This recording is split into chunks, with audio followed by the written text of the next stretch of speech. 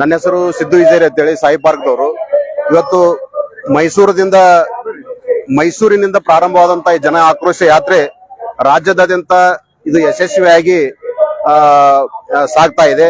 ಇವತ್ತು ನಮ್ಮ ವಿಜಯಪುರಕ್ಕೆ ಆಗಮಿಸಿದೆ. ಇಲ್ಲಿ ಸಾಕಷ್ಟು ಜಿಲ್ಲೆಯಿಂದ ಜನ ಈ ಒಂದು ಜನ ಆಕ್ರೋಶ ಯಾತ್ರೆಯಲ್ಲಿ ಭಾಗವಹಿಸಿದ್ದಾರೆ. ಸ್ವಯಂ ಪ್ರೇರಿತರಾಗಿ ಇವತ್ತು ಸರ್ಕಾರದ ವಿರುದ್ಧ ಬೆಲೆ ಏರಿಕೆ ನೀತಿಯನ್ನ ಖಂಡಿಸಿ ಇವತ್ತು ವಿಜಯಪುರದಲ್ಲಿ ನಮ್ಮ ಬಿಜೆಪಿ ಅಧ್ಯಕ್ಷರಾದಂತಹ ವಿಜೇಂದ್ರ ಅವರ ನೇತೃತ್ವದಲ್ಲಿ ಜಿಲ್ಲೆಯ ಸಾಕಷ್ಟು ಜನ ಮುಖಂಡರು, ಜಿಲ್ಲೆಯ ಎಲ್ಲ ಜನ ಇದರಲ್ಲಿ ಭಾಗವಹಿಸಿ ಈ ಬೆಲೆ ಏರಿಕೆ ನೀತಿಯನ್ನ ಖಂಡಿಸಿದ್ದಾರೆ ಅಂತೇಳಿ ನಾನು ಹೇಳಬಹುದು. ಬಹುಶಃ ಈ ಜನಾಕ್ರೋಶ ಯಾತ್ರೆ ಇದನ್ನ ಮಾಡ್ಬೇಕು ಅಂತ ಎಷ್ಟು ದಿನದಿಂದ ಇದು 2 ತಿಂಗಳಿಂದನೇ ಇದು ನಡೀತಾ ಇದೆ. ಈಗ ಇದು ಮೈಸೂರಿನಿಂದ ಪ್ರಾರಂಭವಾಗಿದೆ. ಇದರದ್ದು ಒಂದು ಸ್ವಲ್ಪ ದಿನದಿಂದನೇ ಇದರ ಬಗ್ಗೆ ರೂಪರೇಷೆಯನ್ನ ಎಲ್ಲ ಸಿದ್ಧ ಮಾಡಿ ಈಗ ಇದು ವಿಜಯಪುರಕ್ಕೆ ಆಗಮಿಸಿದೆ. ಮುಂದೆ ಇದು ರಾಜ್ಯದಾದ್ಯಂತ ಸಂಚರಿಸಿ ಎಲ್ಲ ಜಿಲ್ಲೆಗಳಲ್ಲಿ ಸಂಚರಿಸಿ ಈ ಸರ್ಕಾರದ ವಿರುದ್ಧ ಜನ ಆಕ್ರೋಶ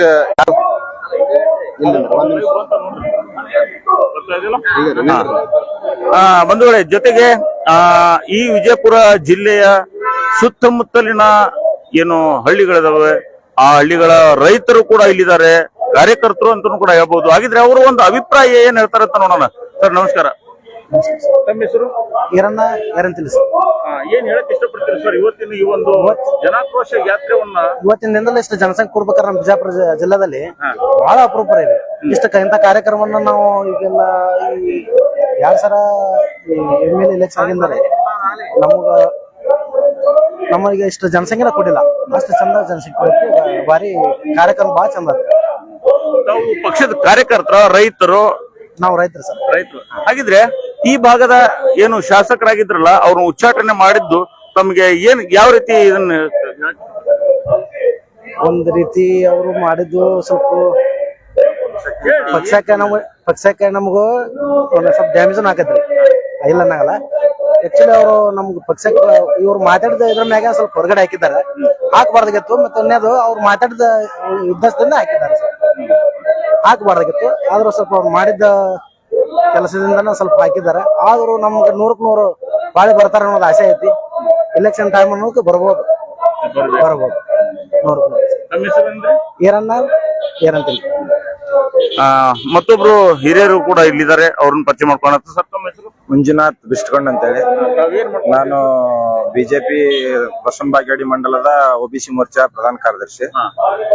ಈ ಒಂದು ಜನಾಕ್ರೋಶ ಯಾತ್ರೆ ಸಲುವಾಗಿ ನಾವು ಇಲ್ಲಿ ಲಕ್ಷಾಂತರ ಜನ ಇವತ್ತು ಸೇರಿರುವುದು ಏನಕ್ಕಪ್ಪ ಅಂದ್ರೆ ಕಾಂಗ್ರೆಸ್ ವಿರುದ್ಧ ಒಂದು ದಿಟ್ಟವಾದಂತ ಹೋರಾಟವನ್ನು ಮಾಡಲಕ್ಕೆ. ಅಂದ್ರೆ ದಿನಬಳಕೆಯ ವಸ್ತುಗಳ ಬೆಲೆಗಳನ್ನ, ಹಾಲು ಇರ್ಬೋದು, ದಿನಸಿ ವಸ್ತುಗಳು ಇರ್ಬೋದು, ಎಲ್ಲರದ ಬೆಲೆಯನ್ನ ಹೆಚ್ಚಿಗೆ ಮಾಡಿದ್ದಾರೆ.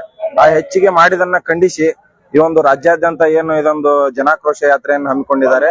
ಅದಕ್ಕೆ ನಮ್ಮ ಬಿಜಾಪುರ ಜಿಲ್ಲೆಯ ವತಿಯಿಂದ ಎಲ್ಲಾ ರೈತರಿರ್ಬೋದು, ಮತ್ತೆ ಇನ್ನೊಂದು ರೈತರಿಗಾಗಿ ಹಲವಾರು ಯೋಜನೆಗಳಿದ್ದು ಈ ಒಂದು ಗ್ಯಾರಂಟಿಯನ್ನು ತಂದಿದ್ದಕ್ಕೋಸ್ಕರ ರೈತರ ಹಲವಾರು ಯೋಜನೆಗಳು. ಈಗ ಉದಾಹರಣೆಗೆ ಮೊದಲು KIB ಯಲ್ಲಿ TC ಅನ್ನು ಫ್ರೀ ಆಗಿ ಕೊಡ್ತಿದ್ರು.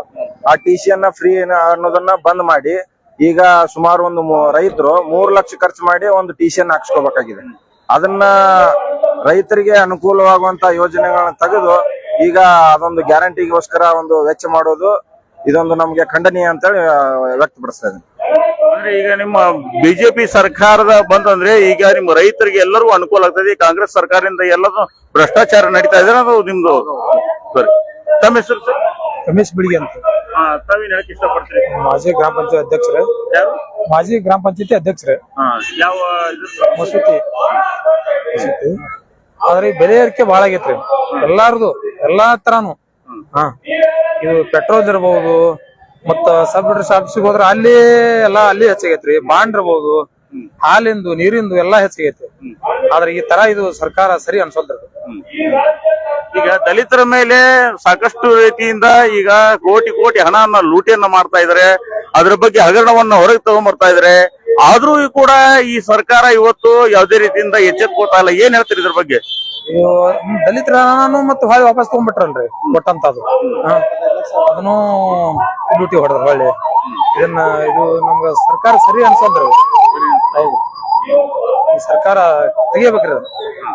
ಸರ್ ಇದಕ್ಕಿಂತ ಮುಂಚೆನೆ ಮತ್ತೆ ಈಗ ಬಿಜೆಪಿ ಸರ್ಕಾರ ಇತ್ತು, ಬಿಜೆಪಿ ಸರ್ಕಾರ ಇದ್ದಾಗ ಕಾಂಗ್ರೆಸ್ದವರು ಕೂಡ ಇದನ್ನೇ ಹೇಳ್ತಾ ಇದ್ರು, ಬಿಜೆಪಿ ಸರ್ಕಾರ ಕಿತ್ತೊಗಿಬೇಕು, ಏನ್ ಕೆಲಸ ಮಾಡ್ತಾ ಇಲ್ಲ ಅಂತಂದು. ಗ್ಯಾರಂಟಿ ಕೊಟ್ಟು ಮಾಡಿದ್ರಲ್ಲ ಇವರು.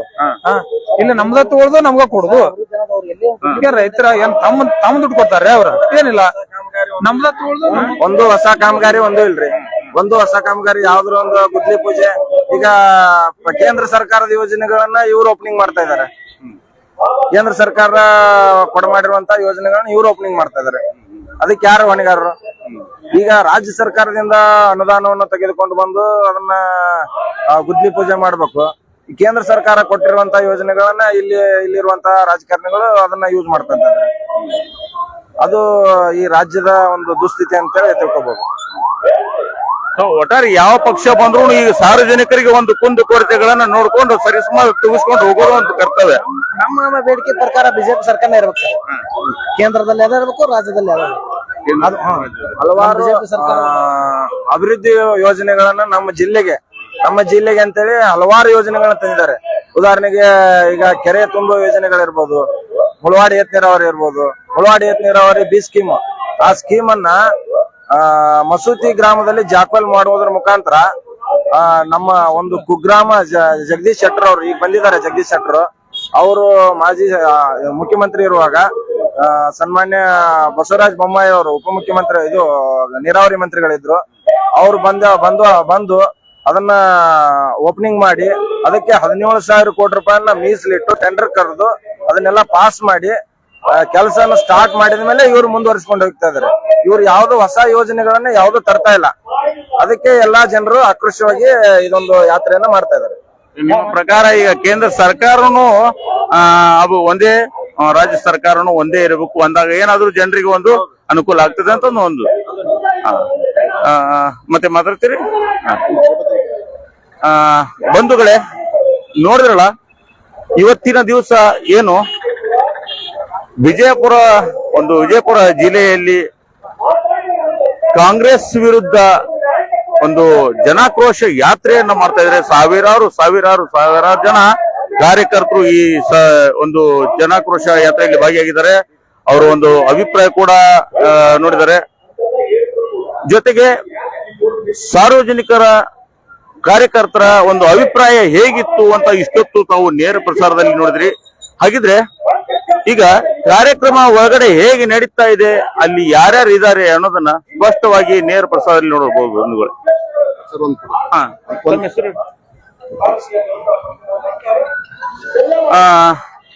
ನೋಡೋಣ ಬಂಧುಗಳೇ, ಇಲ್ಲಿ ನೋಡಿರುವ ಹಾಗೆ ಸರ್, ಇದು ಯಾವ ಮೈದಾನ? ಇದು ದರ್ಬಾರ್ ಹೈಸ್ಕೂಲ್ ಮೈದಾನ. ದರ್ಬಾರ್ ಹೈಸ್ಕೂಲ್ ಮೈದಾನ ನೋಡಿ, ಇದು ದರ್ಬಾರ್ ಹೈಸ್ಕೂಲ್ ಮೈದಾನ ಅಂತ ಹೇಳ್ತಾ ಇದ್ರ ಬಂಧುಗಳೇ. ಈ ಒಂದು ದರ್ಬಾರ್ ಹೈಸ್ಕೂಲ್ ಏನು ಮೈದಾನದಲ್ಲಿ ಸರಿಸುಮಾರು ಸಾವಿರಾರು ಜನ ಕಾರ್ಯಕರ್ತರು ಇಲ್ಲಿ ಭಾಗಿಯಾಗಿದ್ದಾರೆ. ಮಾತಾಡ್ತೀರಾ ಸರ್? ಭಾಗಿಯಾಗಿದ್ದಾರೆ. ಹಾಗಿದ್ರೆ ಒಳಗಡೆ ಕಾರ್ಯಕ್ರಮ ಹೇಗೆ ನಡೀತಾ ಇದೆ ಅನ್ನೋದನ್ನ ನಾವು ನೇರ ಪ್ರಸಾರದಲ್ಲಿ ತೋರಿಸೋಣ ಬಂಧುಗಳು. ನೋಡಿ, ಎಲ್ಲಿ ನೋಡಿದರೂ ಕೂಡ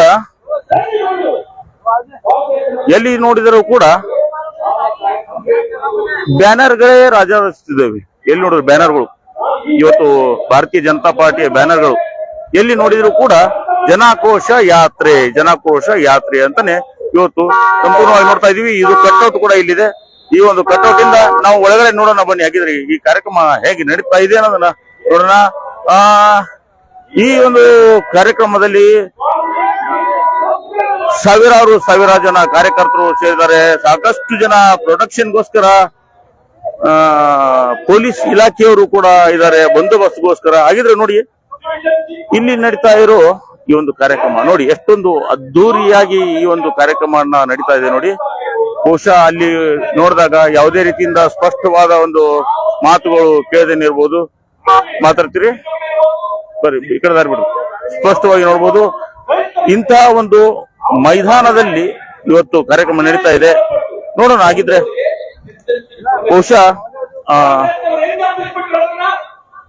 ಬಹುಶಃ ಇಷ್ಟೊಂದು ಜನ ಎಲ್ಲ ಇಲ್ಲಿ ಸಾಕಷ್ಟು ಜನ ಚೇರಲ್ಲಿ ಕೂತ್ಕೊಂಡಿದ್ದಾರೆ. ಇಲ್ಲೆಲ್ಲ ಕಟ್ಟಿ ಇದೆ ಕಾಂಪೌಂಡ್, ಕಟ್ಟಿ ಮೇಲೂ ಕೂಡ ಸಾಕಷ್ಟು ಜನ ಇಲ್ಲಿ ಕೂತ್ಕೊಂಡಿದ್ದಾರೆ ನೋಡಿ. ಅಲ್ಲಿ ಬಹುಶಃ ಅಲ್ಲಿ ಹೋಗ್ಲಿಕ್ಕೆ ಮಾತುಗಳು ಸ್ಪಷ್ಟವಾಗಿ ಕೇಳದೆ ಇರಬಹುದು, ಇಲ್ಲಿ ಹಂಗೆ ಸುಮ್ಮನೆ ನೇರವಾಗಿ ತೋರಿಸ್ಬಿಡ್ಬಹುದು ಇವತ್ತು. ಕಾಂಗ್ರೆಸ್ನ ಅಧ್ಯಕ್ಷರಾಗಿರ್ತಾರೆ. ಹರಿಜನರ ವಿಚಾರವನ್ನ ಅವರಲ್ಲಿ ಹೇಳಿ ರೆಸಲ್ಯೂಷನ್ ಮಾಡಿಸ್ಬೇಕು ಅಂತ ಬಂದ್ರೆ ಅವರನ್ನ ಭೇಟಿ ಮಾಡ್ಲಿಕ್ಕೂ ಕೂಡ ಈ ಕಾಂಗ್ರೆಸ್ ಈ ರೀತಿ ಅಂಬೇಡ್ಕರ್ ಅವರನ್ನ ಮಾತುಗಳು ಸ್ಪಷ್ಟವಾಗಿ ಕೇಳಲ್ಲ ಸರ್, ಹಂಗಾಗಿ ಯಾರೇ ಮಾತಾಡಿದ್ರು ಸ್ಪಷ್ಟವಾದ ಮಾತುಗಳು ಬರೋದಿಲ್ಲ. ಹಾಗಾಗಿ ನಾವು ನೇರವಾಗಿ ಇವತ್ತು ಇದನ್ನ ತೋರಿಸ್ತಾ ಇದೀವಿ. ನೋಡೋಣ ಆಗಿದ್ರೆ ಎಷ್ಟರ ಮಟ್ಟಿಗೆ ನಾವು ಇವತ್ತು ನೇರ ಪ್ರಸಾರದಲ್ಲಿ ಮಾತಾಡಿದ್ದನ್ನ ಕೇಳಿಸುತ್ತೆ ಅಂತ ನೋಡೋಣ ಆಗಿದ್ರೆ. ಬಿಜಾಪುರದಲ್ಲಿ ಇಲ್ಲಿಂದ ಬಹುಶಃ ಈಗ ಸಮಯ 8 ಗಂಟೆ ಆಗಿದೆ. ಸಾಯಂಕಾಲದಿಂದ ನಾವು ಇವತ್ತು ಕಾರ್ಯಕ್ರಮ ನಿರಂತರವಾಗಿ ಸ್ಟಾರ್ಟ್ ಆಗಿದೆ. ನಾವು ಅಲ್ಲಿವರೆಗೂ ನೋಡೋಣ ಸರ್, ಕಾಂಗ್ರೆಸ್ ಏನು ತಪ್ಪು ಮಾಡಿದ್ಯೋ ನೋಡೋಣ ಒಳಗಡೆ ಎಲ್ಲ ನೋಡ್ಕೊಂಡು ಏನೇನಿದೆ ಒಂದು ನೇರ ಪ್ರಸಾರದಲ್ಲಿ ನೋಡೋಣ. ಸರ್ ಕ್ಯಾಮ್ರಾಮನ್ ಬನ್ನಿ ಒಳಗಡೆ ನೋಡೋಣ. ನೀವು ತಿಳ್ಕೊಳ್ತೀರಿ ನಮಗೇನು ಅನುಕೂಲ ಮಾಡಲಿಕ್ಕೆ ಕಾಂಗ್ರೆಸ್ ಬಂದಿದೆ ಅಂತ, ಆದ್ರೆ ಇವತ್ತು ಇದನ್ನು ಮಾಡಕ್ಕಾಗಲ್ಲ ಅಂತ ಅದಕ್ಕೇನ್ ಮಾಡಿದ್ರು. ಈಗ ನಮ್ಮ ದೇಶದ ಅಧ್ಯಕ್ಷರಿಗೆ ಕಳಿಸಲಾಗಿದೆ. ಅದು ಯಾವುದು ನಾವೇ ನೇರವಾಗಿ ತೋರಿಸೋಣ ಇವತ್ತು. ಆದ್ರೆ ಏನ್ ಅನ್ಕೊಳ್ಬೇಕು ಜನ, ನೀವು ಕಾಂಗ್ರೆಸ್ ಮಾತ್ರ ನೋಡಿ ನಮ್ಗೆ ಎಷ್ಟು ಸಪೋರ್ಟಿವ್ ಆಗಿ ನಿಂತಿದೆ ಅಂತ, ಆದ್ರೆ ಅದು ಸುಳ್ಳು. ಪ್ರಧಾನಮಂತ್ರಿಗಳು ಇದೇ ಮುಸಲ್ಮಾನರ ಬಂಧುಗಳಿಗೆ ಎಷ್ಟು ಒಳ್ಳೆಯದನ್ನು ಮಾಡಿದ್ದಾರೆ ನೀವು ಅರ್ಥ ಮಾಡ್ಕೊಂಡಿಲ್ಲ. ಇನ್ನು ಟ್ರಿಪಲ್ ತಲಾಕ್ ತಂದ್ರು, ಹೆಣ್ಣು ಮಕ್ಕಳಿಗೆ ಅನ್ಯಾಯ ಆಗ್ತಿತ್ತು.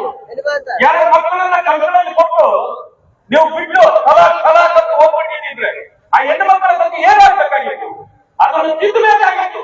ಅದಕ್ಕೆ ಟ್ರಿಪಲ್ ತಲಾಕ್ ಅನ್ನು ತೆಗೆದ್ರು, ಆ ಹೆಣ್ಣು ಮಕ್ಕಳಿಗೆ ಇವತ್ತು ಹಕ್ಕನ್ನು ಕೊಟ್ಟರು.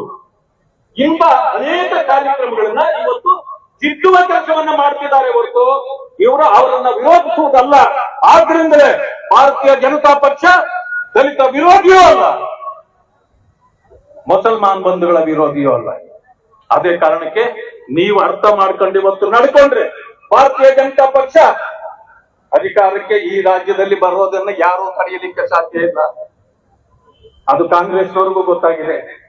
ಆದ್ರಿಂದಲೇ ಇವತ್ತು ನಿಮ್ಮನ್ನ ನೋಡಿದ್ರೆ 25,000 ಜನಕ್ಕೂ ಹೆಚ್ಚು ಸೇರಿದ್ದೀರಲ್ಲ, ನಿಮ್ಮನ್ನ ನೋಡಿದ್ರೆ ನಮಗೆ ಅನಿಸ್ತದೆ ಯಾವತ್ತೋ ಈ ಸರ್ಕಾರ ಹೋಗ್ಬಿಡ್ತದೆ. ಈಗಾಗ್ಲೇ ನೋಡಿ, ಸಾಮಾನ್ಯವಾಗಿ ಎದೆ ಬಡ್ತಾ ದಬ್ ದಬ್ ದಬ್ ದಬ್ ಅಂತದೆ.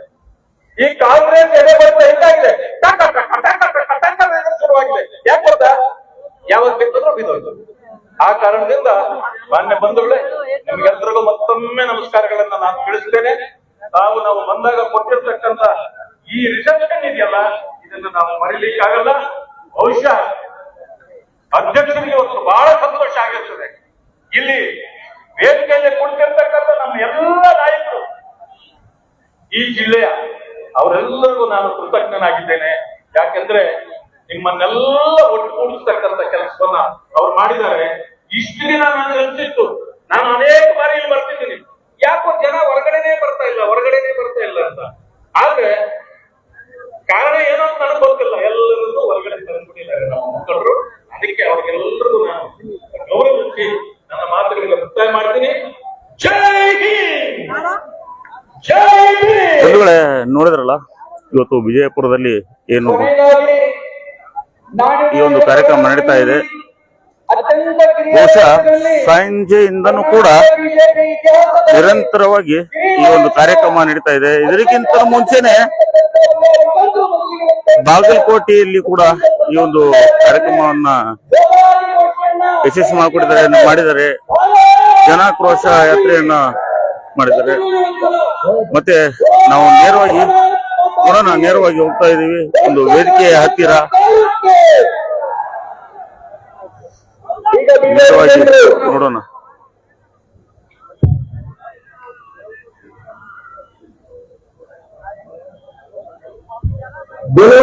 ಭಾರತ್ ಮಾತಾ ಕಿ ಬಿಜೆಪಿಯ ಜನಪರ ಹೋರಾಟಕ್ಕೆ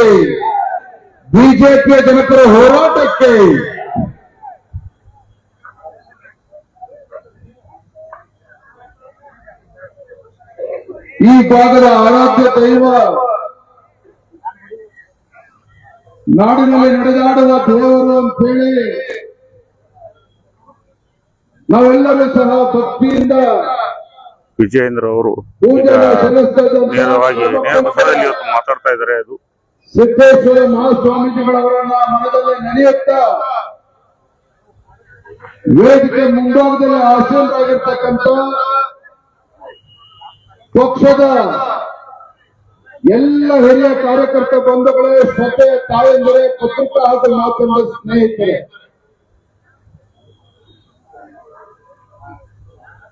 ಬಿಜಾಪುರದಲ್ಲಿ ನಡೀತಾ ಇರ್ತಕ್ಕಂಥ ಒಂದು ಐತಿಹಾಸಿಕ ಜನಾಕ್ರೋಶ ಯಾತ್ರೆಯಲ್ಲಿ 15-20 ಸಾವಿರಕ್ಕೂ ಮಿಗಿಲಾಗಿ ನಮ್ಮೆಲ್ಲ ಕಾರ್ಯಕರ್ತ ತಾವೆಲ್ಲರೂ ಕೂಡ ಭಾಗವಹಿಸಿದ್ದೇವೆ. ತಮ್ಮೆಲ್ಲರಿಗೂ ಸಹ ತಮ್ಮೆಲ್ಲರ ಪ್ರೀತಿ ವಿಶ್ವಾಸಕ್ಕೆ ಋಣಿಯಾಗಿದ್ದೇನೆ ಅಂತ ಹೇಳಿ ಸಂದರ್ಭ ತಮ್ಮೆಲ್ಲರೂ ಕೂಡ ಮತ್ತೊಮ್ಮೆ ನಮಸ್ಕಾರ ತಿಳಿಸ್ತಾ, ಬಂಧುಗಳೇ, ನಾನಿವತ್ತು ವೇದಿಕೆಯಲ್ಲಿರ್ತಕ್ಕಂಥ ಯಾವುದೇ ಹೆಸರನ್ನ ಹೇಳ್ತಕ್ಕಂಥ ಪ್ರಯತ್ನ ಮಾಡಿಲ್ಲ. ಕಾರಣ ಯಾಕೆ, ವೇದಿಕೆಯಲ್ಲಿರ್ತಕ್ಕಂಥ ಕಾರ್ಯಕ್ರಮಕ್ಕೆ ಶ್ರದ್ಧೆ ನಮ್ಮ ಕಾರ್ಯಕ್ರಮಕ್ಕೆ ಬಂದಿದೆ ಅಂತ ಹೇಳಿದೆ. ಕಾರಣ ಏನು ಅಂತ ಹೇಳಿದ್ರೆ, ಈ ಒಂದು ಬೃಹತ್ತಾಗಿರ್ತಕ್ಕಂಥ ವೇದಿಕೆ ಮೇಲೆ ನಮ್ಮ ಸಂಸದರು, ಶಾಸಕರು, ಮಾಜಿ ಶಾಸಕರು ಎಲ್ಲರೂ ಕೂಡ ವೇದಿಕೆ ಮೇಲೆ ಕೂತಿದ್ದಾರೆ ಅಂತ ಹೇಳಿದ್ರೆ, ವೇದಿಕೆ ಮೇಲೆ ಇಷ್ಟೆಲ್ಲ ನಮ್ಮ ಹಿರಿಯ ಮುಖಂಡರು ಕೂತಿದ್ದಾರೆ, ಮಾಜಿ ಸಚಿವರು ಕೂತಿದ್ದಾರೆ ಅಂತ ಹೇಳಿದ್ರೆ, ಇವರೆಲ್ಲರೂ ಕೂಡ ವೇದಿಕೆ ಮೇಲೆ ಕೂಡಲಿಕ್ಕೆ ಕಾರಣೀಭೂತರು ಯಾರು? ವೇದಿಕೆ ಮೇಲೆ ಮುಂದಿರ್ತಕ್ಕಂಥ ನಮ್ಮೆಲ್ಲ ಪಕ್ಷದ ಕಾರ್ಯಕರ್ತರು, ವೇದಿಕೆ ಮೇಲೆ ಮುಂದಿರ್ತಕ್ಕಂಥ ನಮ್ಮೆಲ್ಲ ಪಕ್ಷದ ಹಿರಿಯ ಕಾರ್ಯಕರ್ತರುಗಳು. ನನಗೆ ತುಂಬಾ ಸಂತೋಷ ಮತ್ತು ಹೆಮ್ಮೆ ಆಯ್ತು. ನಾನು ನಿರೀಕ್ಷೆ ಮಾಡಿರಲಿಲ್ಲ ಭಾರತೀಯ ಜನತಾ ಪಾರ್ಟಿಯ ನಮ್ಮ ಜನಾಕ್ರೋಶ ಯಾತ್ರೆ ಬಿಜಾಪುರಕ್ಕೆ ಬಂದಾಗ ಈ ರೀತಿ ಸಾವಿರ ಸಂಖ್ಯೆಯಲ್ಲಿ ನಮ್ಮ ಯುವಕರು, ಎಲ್ಲ ಹಿರಿಯರು, ತಾಯಂದಿರು ನಮ್ಮನ್ನ ಸ್ವಾಗತ ಕೋರ್ತಾರೆ ಅಂತ ನಾನಂತೂ ನಿರೀಕ್ಷೆ ಮಾಡಿರಲಿಲ್ಲ. ಇವತ್ತು ವೇದಿಕೆ ಮೂಲಕ ನಾನು ರಾಜ್ಯದ ಮುಖ್ಯಮಂತ್ರಿಗಳಿಗೊಂದು ಸವಾಲನ್ನು ಹಾಕೋದಕ್ಕೆ ಇಷ್ಟಪಡ್ತೇನೆ. ಮಾನ್ಯ ಮುಖ್ಯಮಂತ್ರಿ ಸಿದ್ದರಾಮಯ್ಯನವರೇ, ರಾಜ್ಯದಲ್ಲಿ ನಿಮ್ಮ ಕಾಂಗ್ರೆಸ್ ಸರ್ಕಾರದ ವಿರುದ್ಧ ಯಾವ ರೀತಿ ಜನಾಕ್ರೋಶ ಇದೆ ಅಂತ ಹೇಳಿ ತಿಳ್ಕೋಬೇಕು ಅಂತ ಹೇಳಿದ್ರೆ, ರಾಜ್ಯದಲ್ಲಿ ಇವತ್ತು ಯಾವ ರೀತಿ ಮುಖ್ಯಮಂತ್ರಿ ಸಿದ್ದರಾಮಯ್ಯನವರ ವಿರುದ್ಧ ಜನ ವಿರೋಧಿ, ಬಡವರ ವಿರೋಧಿ, ರೈತ ವಿರೋಧಿ ಕಾಂಗ್ರೆಸ್ ಸರ್ಕಾರದ ವಿರುದ್ಧ ಯಾವ ರೀತಿ ಜನಾಕ್ರೋಶ ಇದೆ ಅಂತ ತಿಳ್ಕೋಬೇಕು ಅಂತ ಹೇಳಿದ್ರೆ, ಮಾನ್ಯ ಮುಖ್ಯಮಂತ್ರಿಗಳೇ, ನಿಮ್ಮ ಗುಂಡಿಗೆ ಗಟ್ಟಿ ಇದ್ರೆ ಇವತ್ತು ಬಿಜಾಪುರಕ್ಕೆ ಬಂದ್ ನೋಡಿ. ಇವತ್ತು ಸಾವಿರ ಸಂಖ್ಯೆಯಲ್ಲಿ ಇವತ್ತು ಜನ ಬೀದಿಗಿಳಿದಿದ್ದಾರೆ. ಸಾವಿರ ಸಂಖ್ಯೆಯಲ್ಲಿ ಇವತ್ತು ಬೀದಿಗಿಳಿದಿದ್ದಾರೆ. ಕಾರಣ, ಕಳೆದ ವಿಧಾನಸಭಾ ಚುನಾವಣೆ ಸಂದರ್ಭದಲ್ಲಿ ರಾಜ್ಯದಲ್ಲಿ ಅಭಿವೃದ್ಧಿ ಕೆಲಸ ಕಾರ್ಯಗಳನ್ನ ಮಾಡ್ತೇವೆ, ಎಲ್ಲ ಸಮುದಾಯಗಳಿಗೂ ಕೂಡ ನ್ಯಾಯ ಕೊಡ್ತೇವೆ ಅಂತ ಹೇಳಿ ನಾಡಿನ ಜನರ ಕಣ್ಣಿಗೆ ಮಣ್ಣನ್ನ ಎರಚಿ ಇವತ್ತು ರಾಜ್ಯದಲ್ಲಿ ಕಾಂಗ್ರೆಸ್ ಸರ್ಕಾರ ಇವತ್ತು ಅಸ್ತಿತ್ವಕ್ಕೆ ಬಂದಿದೆ. ಮುಖ್ಯಮಂತ್ರಿಗಳು ಸಿದ್ದರಾಮಯ್ಯನವರು ಬಂದು ಹೆಚ್ಚು ಕಮ್ಮಿ 2 ವರ್ಷಗಳು ಆಗ್ತಾ ಇದೆ, 2 ವರ್ಷಗಳು ತುಂಬ್ತಾ ಇದೆ. ಎಂತ ದುರಂತ ಇತ್ತು ರಾಜ್ಯದಲ್ಲಿ. ಯಾವ ರೀತಿ ಮೋಸವನ್ನ ರಾಜ್ಯ ಸರ್ಕಾರ, ಕಾಂಗ್ರೆಸ್ ಸರ್ಕಾರ ಮಾಡಿದೆ. ಯಾವ ಅಹಿಂದ ಸೇರಿಕೊಂಡು ರಾಜ್ಯದ ಮುಖ್ಯಮಂತ್ರಿಗಳಾಗಿ ಇವತ್ತು ಆಡಳಿತ ನಡೆಸ್ತಾ ಇರ್ತಕ್ಕಂಥ ಸಿದ್ದರಾಮಯ್ಯನವರು ರಾಜ್ಯದ ಮುಖ್ಯಮಂತ್ರಿ ಗದ್ದಿಗೆ ಮೇಲೆ ಕೂತ ನಂತರದಲ್ಲಿ, ಆ ಮುಖ್ಯಮಂತ್ರಿ ಕುರ್ಚಿ ಮೇಲೆ ಕೂತ ಮೇಲೆ ರಾಜ್ಯದಲ್ಲಿರ್ತಕ್ಕಂಥ ಎಲ್ಲ ಹಿಂದುಳಿದ ಸಮುದಾಯಗಳನ್ನ ಸಂಪೂರ್ಣವಾಗಿ ನಿರ್ಲಕ್ಷ್ಯ ಮಾಡ್ತಾರೆ.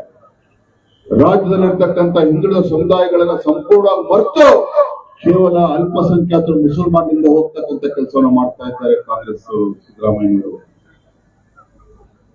ಮೊನ್ನೆ ಬಜೆಟ್ ಅನ್ನು ಮಂಡನೆ ಮಾಡಿದ್ರು ಸಿದ್ದರಾಮಯ್ಯನವರು. ಈ ರಾಜ್ಯದಲ್ಲಿ ಮುಸಲ್ಮಾನರಿಗೆ 4% ಇವತ್ತು ಸರ್ಕಾರಿ ಕಾಮಗಾರಿಗಳಲ್ಲಿ ಇವತ್ತು ರಿಸರ್ವೇಶನ್ ಕೊಡ್ತೇನೆ ಅಂತ ಹೇಳಿದ್ದಾರೆ. 4% ಸರ್ಕಾರಿ ಕಾಮಗಾರಿಗಳಲ್ಲಿ ರಿಸರ್ವೇಶನ್ ಅನ್ನ. ಯಾವ ಬಡವರು ಮುಸಲ್ಮಾನರಲ್ಲಿ ಇರ್ತಕ್ಕಂಥ ಬಡ ಹೆಣ್ಮಕ್ಳಿಗೆ 50,000 ರೂಪಾಯಿ ಮದುವೆಗೋಸ್ಕರ ಕೊಡ್ತೇವೆ ಅಂತ ಹೇಳ್ತಾರೆ. ಮುಸಲ್ಮಾನರ ಮಕ್ಕಳು ಹೊರದೇಶಕ್ಕೆ ಹೋಗ್ತಾರೆ ಅಂತ ಹೇಳಿದ್ರೆ 30 ಲಕ್ಷ ರೂಪಾಯಿ ಇವತ್ತು ನಾನು ಧನ ಸಹಾಯ ಕೊಡ್ತೇವೆ ಅಂತ ಸಿದ್ದರಾಮಯ್ಯ ಘೋಷಣೆ ಮಾಡಿದ್ದಾರೆ. ಯಾಕೆ ಸಿದ್ದರಾಮಯ್ಯನವರೇ, ಇವತ್ತು ನೀವು ರಾಜ್ಯದ ಮುಖ್ಯಮಂತ್ರಿಗಳು ಅಥವಾ ಮುಸಲ್ಮಾನರಿಗಷ್ಟೇ ಮುಖ್ಯಮಂತ್ರಿಗಳು? ಕೇವಲ ಮುಸಲ್ಮಾನರಿಗೆ ಮುಖ್ಯಮಂತ್ರಿ ರೀತಿ ವರ್ತನೆ ಮಾಡ್ತಿದ್ದೀರಲ್ಲ ಸಿದ್ದರಾಮಯ್ಯನವರೇ. ಇವತ್ತು ಹಿಂದೂಗಳಲ್ಲೂ ಕೂಡ ಹೆಣ್ಮಕ್ಳು ಬಡ ಇರುವಾಗಾದ್ರೆ ನಮ್ಮ ಹಿಂದೂಗಳಲ್ಲೂ ಕೂಡ ಇವತ್ತು ಹೊರದೇಶಕ್ಕೆ ಹೋಗಿ ಉನ್ನತ ಶಿಕ್ಷಣವನ್ನ ಪಡೆದುಕೊಳ್ಬೇಕು ಅಂತಕ್ಕಂಥ ಇಚ್ಛಾಶಕ್ತಿ ನಮ್ಮ ಹಿಂದೂಗಳಲ್ಲಿರ್ತಕ್ಕಂಥ ಬಡ ಮಕ್ಕಳು ಇರುವಾಗಾದ್ರೆ ಭಾರತೀಯ ಜನತಾ ಪಾರ್ಟಿ ಮುಸಲ್ಮಾನರ ವಿರೋಧಿಗಳಲ್ಲ. ಆದ್ರೆ ಲಜ್ಜೆಗಟ್ಟ ಕಾಂಗ್ರೆಸ್ ವರ್ತನೆ ಒಂದು ಕ್ಷಣ ನೀವು ಯೋಚನೆ ಮಾಡಬೇಕು. ಮುಸಲ್ಮಾನರು ಕೂಡ ಇವತ್ತು ದೇಶದ ಪ್ರಧಾನಮಂತ್ರಿ ನರೇಂದ್ರ ಮೋದಿಜಿ ಅವರು ಟ್ರಿಪಲ್ ತಲಾಖನ್ನ ಕಿತ್ತಾಕೋದ್ರ ಮುಖೇನ ಇವತ್ತು ದೇಶದಲ್ಲಿ ಯಾವ ರೀತಿ ಹಿಂದೂ ಮಹಿಳೆಯರಿಗೆ ಇವತ್ತು ಗೌರವ ಸಿಗುತ್ತೋ ಅದೇ ರೀತಿ ಮುಸಲ್ಮಾನ್ ಹೆಣ್ಮಕ್ಳು ಕೂಡ ಗೌರವ ಸಿಗಬೇಕು ಅಂತ ಹೇಳಿ ಟ್ರಿಪಲ್ ತಲಾಖನ್ನ ಕಿತ್ತಾಕ್ತಕ್ಕಂಥ ಕೆಲಸ ಹೆಮ್ಮೆಯ ಪ್ರಧಾನಮಂತ್ರಿ ನರೇಂದ್ರ ಮೋದಿಜಿ ಮಾಡಿದ್ದಾರೆ. ಯಡಿಯೂರಪ್ಪ ಕೊಟ್ಟಂತ ಭಾಗ್ಯಲಕ್ಷ್ಮಿ ಯೋಜನೆ, ಬೈಸಿಕಲ್ ಯೋಜನೆ ಕೇವಲ ಹಿಂದೂಗಳಿಗಷ್ಟೆಲ್ಲ ಮುಸಲ್ಮಾನರು ಕೂಡ ಅನುಭವಿಸ್ತಾರೆ. ಇದನ್ನ ಭಾರತೀಯ ಜನತಾ ಪಾರ್ಟಿ ಮುಸಲ್ಮಾನರ ವಿರೋಧಿಗಳಲ್ಲ. ಆದ್ರೆ ಯಾವ ವಿಧಾನಸೌಧದಲ್ಲಿ ಪಾಕಿಸ್ತಾನ ಜಿಂದಾಬಾದ್ ಅಂತ ಹೇಳಿ ಕೂತಾಗ ಆ ದೇಶ ದ್ರೋಹಿಗಳಿಗೆ ರಕ್ಷಣೆ ಕೊಟ್ಟಿಲ್ಲ ಸಿದ್ದರಾಮಯ್ಯ ಸರ್ಕಾರ. ಇಂಥ ದೇಶ ದ್ರೋಹಿಗಳನ್ನ ಯಾವುದೇ ಕಾರಣಕ್ಕೂ ಒಪ್ಕೊಳ್ತಕ್ಕಂಥ ಪ್ರಶ್ನೆ ಇಲ್ಲ. ಇದು ಭಾರತೀಯ ಜನತಾ ಪಾರ್ಟಿ, ಇದು ಭಾರತೀಯ ಜನತಾ ಪಾರ್ಟಿ. ಯಾವ ಕಾಶ್ಮೀರದ ಲಾಲ್ ಚೌಕದಲ್ಲಿ ಅಲ್ಲಿರ್ತಕ್ಕಂಥ ಉಗ್ರಗಾಮಿಗಳು ಭಾರತೀಯ ಜನತಾ ಪಾರ್ಟಿಗೆ ಸವಾಲನ್ನ ಹಾಕಿದ್ರು. ಕಾಶ್ಮೀರದ ಉಗ್ರಗಾಮಿಗಳು ಭಾರತೀಯ ಜನತಾ ಪಾರ್ಟಿಗೆ ಸವಾಲನ್ನ ಹಾಕಿ ಬಿಜೆಪಿಯ ಕಾರ್ಯಕರ್ತರು ತಾಯಿ ಉದ್ಯಾಲನ ಕುಡಿದಿದ್ದೆ ಆದ್ರೆ ಗಂಡಸರಾಗಿದ್ರೆ ಬನ್ನಿ ಕಾಶ್ಮೀರದ ಲಾಲ್ ಚೌಕದಲ್ಲಿ ಭಾರತದ ತ್ರಿವರ್ಣ ಧ್ವಜ ಹಾರಿಸಿ ಅಂತ ಸವಾಲನ್ನ ಹಾಕಿದಾಗ ಭಾರತೀಯ ಜನತಾ ಪಾರ್ಟಿಯ ಕಾರ್ಯಕರ್ತರು ಕೈಕೊಟ್ಟಿ ಕೂತ್ಕೊಳ್ಳಿಲ್ಲ. ಮುರಳಿ ಮನೋಹರ್ ಜೋಶಿ ಅವರ ನೇತೃತ್ವದಲ್ಲಿ ಇಡೀ ದೇಶದಲ್ಲಿ ನಮ್ಮ ಕಾರ್ಯಕರ್ತರು ಲಕ್ಷಾಂತರ ಕಾರ್ಯಕರ್ತರು ಹೋದ್ರು ಕಾಶ್ಮೀರದ ಲಾಲ್ ಚೌಕಕ್ಕೆ.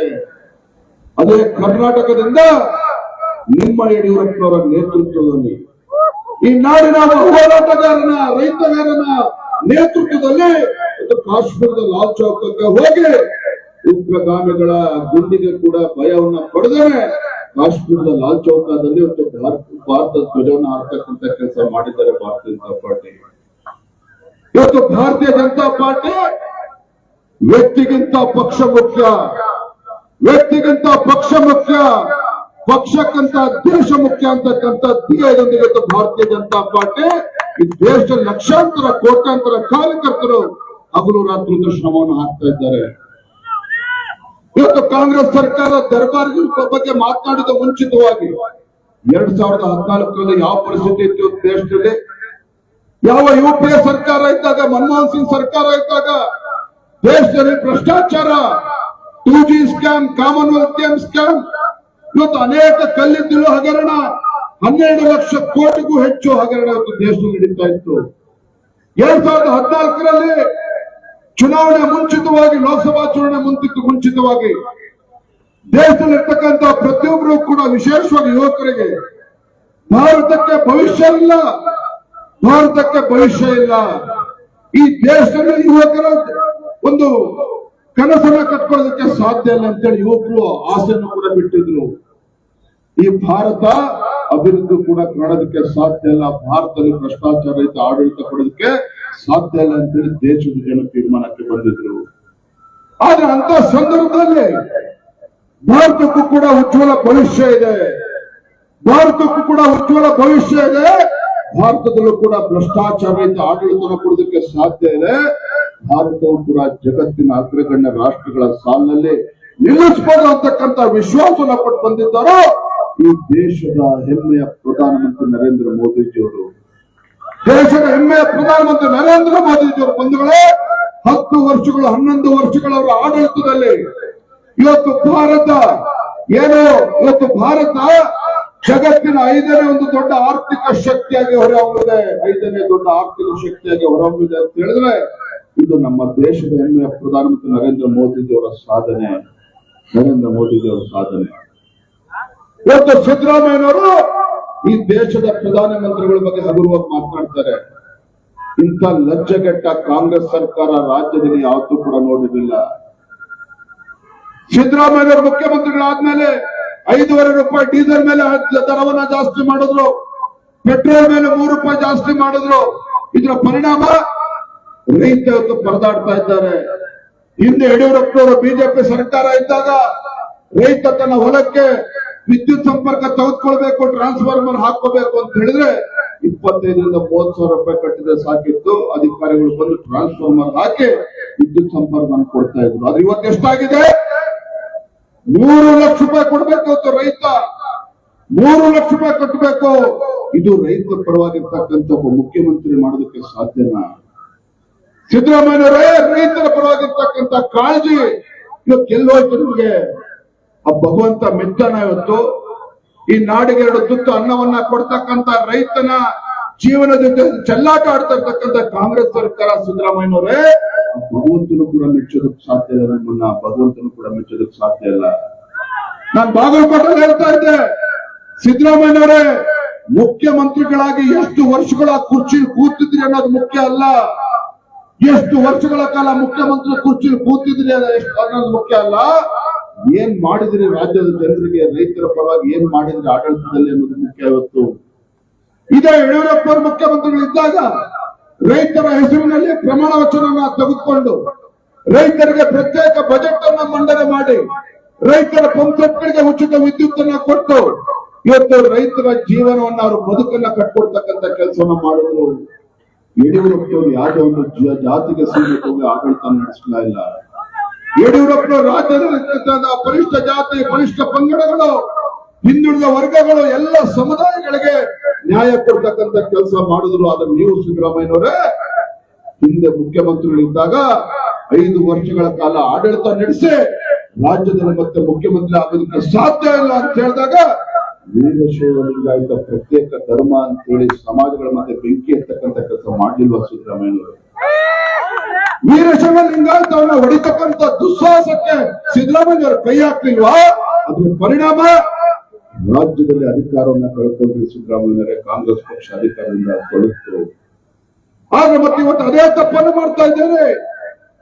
ಇವತ್ತು ಅಲ್ಪಸಂಖ್ಯಾತರನ್ನ ಖುಷಿ ಪಡಿಸ್ತಕ್ಕಂಥ ನಿಟ್ಟಿನಲ್ಲಿ ಹಿಂದೂಗಳಿಗೆ ಅಪಮಾನ ಮಾಡ್ತಾ ಇದ್ದೀರಿ.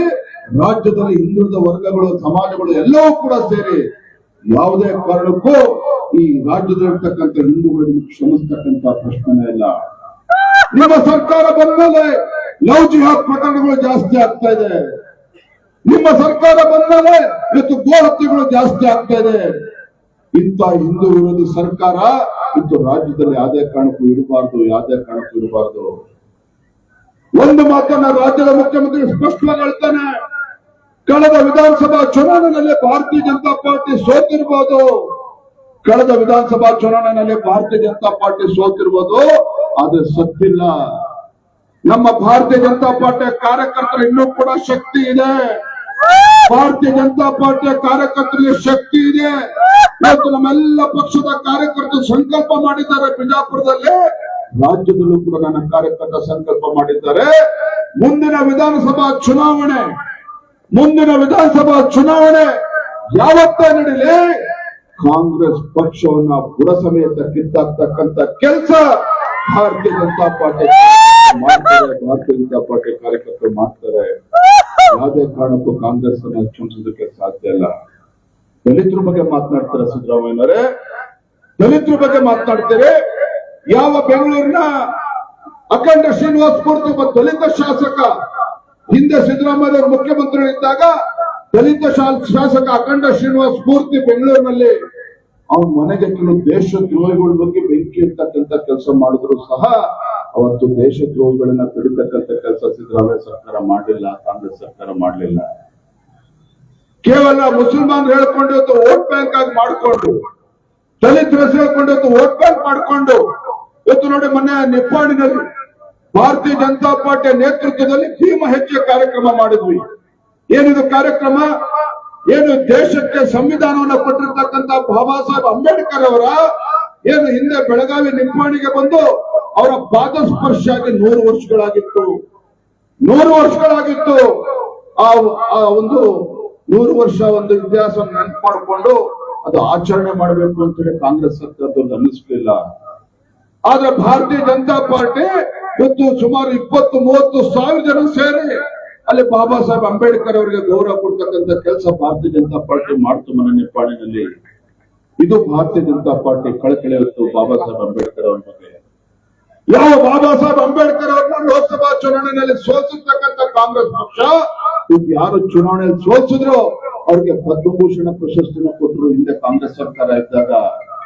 ಹಾಗಾಗಿ ಆತ್ಮೀಯ ಕಾರ್ಯಕರ್ತ ಬಂಧುಗಳೇ, ಇವತ್ತು ಕರ್ನಾಟಕ ರಾಜ್ಯದಲ್ಲಿ, ಇವತ್ತು ಇಡೀ ದೇಶದಲ್ಲಿ, ಈ ರಾಜ್ಯದಲ್ಲಿ, ಈ ದೇಶದಲ್ಲಿರ್ತಕ್ಕಂಥ ಎಲ್ಲ ಸಮುದಾಯಗಳಿಗೆ ನ್ಯಾಯ ಕೊಡ್ತಕ್ಕಂಥ ಕೆಲಸ ಯಾರಾದ್ರೂ ಮಾಡೋದಕ್ಕೆ ಸಾಧ್ಯ ಇದ್ರೆ ಅದು ಭಾರತೀಯ ಜನತಾ ಪಾರ್ಟಿಯಿಂದ ಮಾತ್ರ ಸಾಧ್ಯ, ನರೇಂದ್ರ ಮೋದಿಜಿಯವರಿಂದ ಮಾತ್ರ ಸಾಧ್ಯ.